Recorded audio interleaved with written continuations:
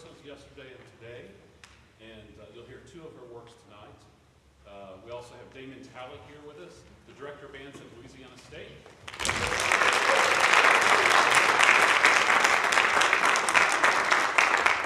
Dr. Talley is here for our annual conducting symposium.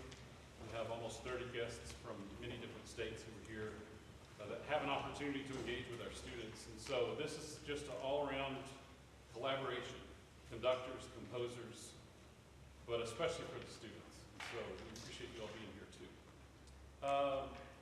I'll tell you a little bit more about what started all this, this interaction, when we have the concert in half an hour, but let's just jump right into it. We have two works on our program tonight, March, and a piece called How to Be a Deep Thinker. We thought we should kind of set this up and let you hear a little bit about what you'll hear this evening.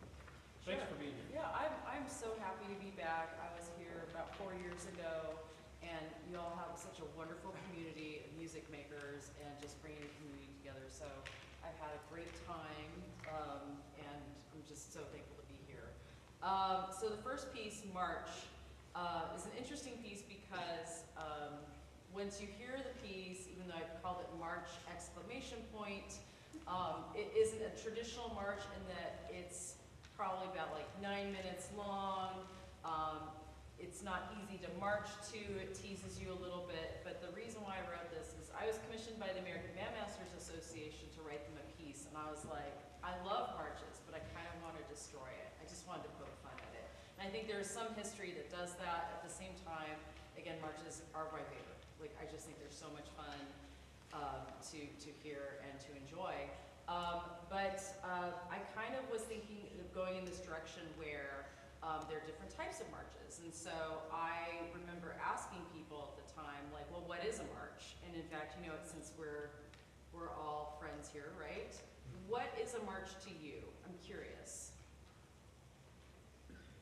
I mean, I can't keep talking, but.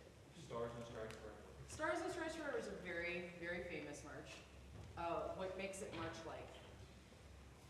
Pretty steady tempo, a lot of downbeats and upbeats. Yeah, pretty stable tempo, at a good walking tempo, right? It's Yeah, not like much at 50 beats a minute where you're plodding, it's not too fast, you can hum it.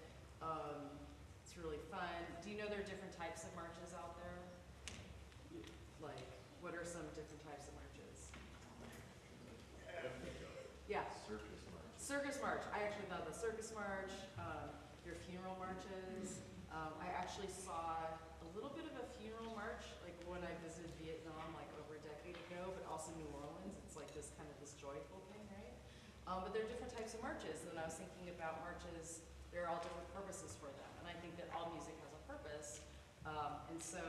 But there are also some marches that kind of promote certain ideals that are, let's say, unsavory, right? Like with different governments. And so I was thinking of maybe incorporating some, I don't know, like electronics.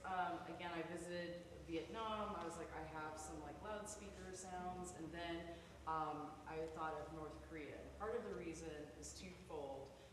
One is because if you look at North Korean marches, they are fascinating, and I kind of like them in a weird way. And in fact, yes, you guys will hear a medley of North Korean march melodies. I'm sorry.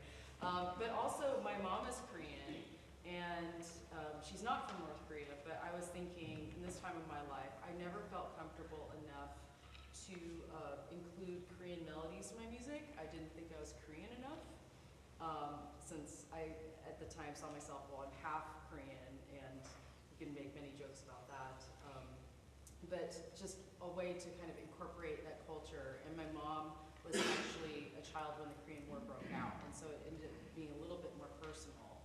But also, and this was fascinating, I was always curious as to why in Korean culture, like, I'm such a stereotype, I'm a Korean woman, yes, I learned how to play the piano, played piano very well, was terrible at practicing it, according to my mom. She laments that I was terrible at practicing piano.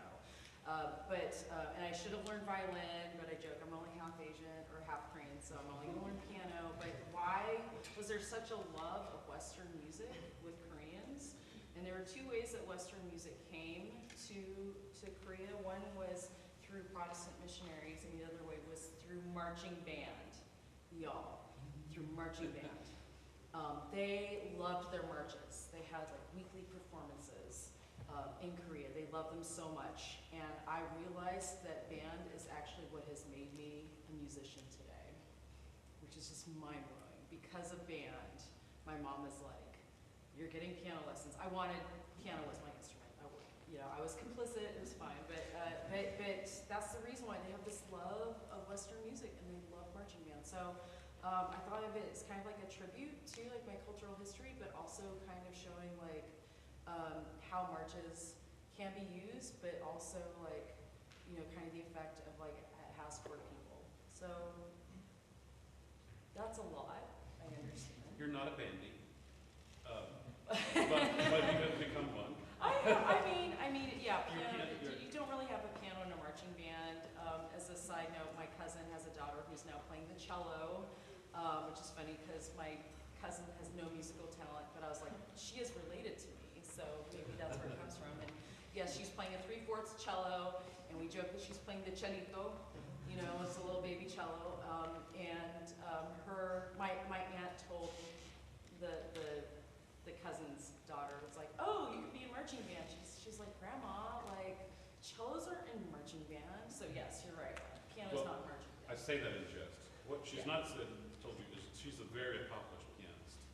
But to go from LA as a pianist to then teaching composition in New York City and now writing for band, I think speaks to the impact of perhaps the medium or the type or the form or the impact of marches.